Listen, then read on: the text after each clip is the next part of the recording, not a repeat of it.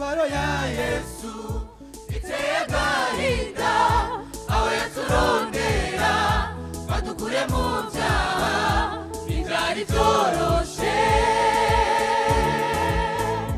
Imibabaro ya Yesu iteye agahinda, aho yaturondera badukure mu byaha ntibyari byoroshe. Barabwira abigisha ati umutima wanjye uri nakabonye kagomba kunyica. Yunguruza imbere aruba amazi arasenga ati data iki gikombe kindengane, nyamara ntibibe nk'uko njyewe ngomba ariko bibe nk'uko we ugomba data we ugomba. Abigishwa ati umutima wanjye uri nakabonye kagomba kunyica. Yunguruza imbere aruba amazi arasenga ati data iki gikombe kindengane, nyamara ntibibe nk'uko njyewe ngomba ariko bibe nk'uko we ugomba data we ugomba. Imibabaro ya Yesu iteye agahinda, aho yaturondera badukure mu byaha ntibyari byoroshe.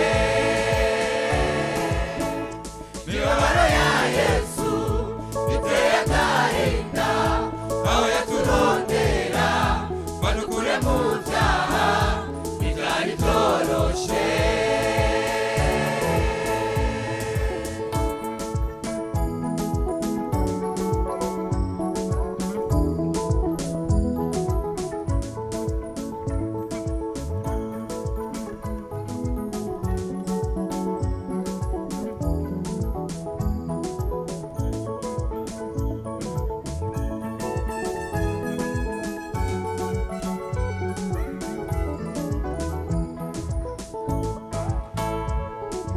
Yarababajwe yarakubiswe yambitswe urugori rw'amahwa ku mutwe,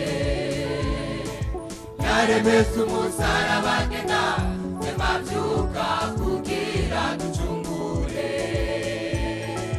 Yarababajwe yarakubiswe yambitswe urugori rw'amahwa ku mutwe, yaremetse umusaraba agenda semabyuka kugira ducungure. Reka ibyo byaha bimusubiza ku musaraba bimwibutsa agacumu. Reka ibyo byaha bimusubiza ku musaraba bimwibutsa agacumu. Reka ubwo busambanyi bimusubiza ku musaraba bimwibutsa agacumu. Reka ko kaborekwe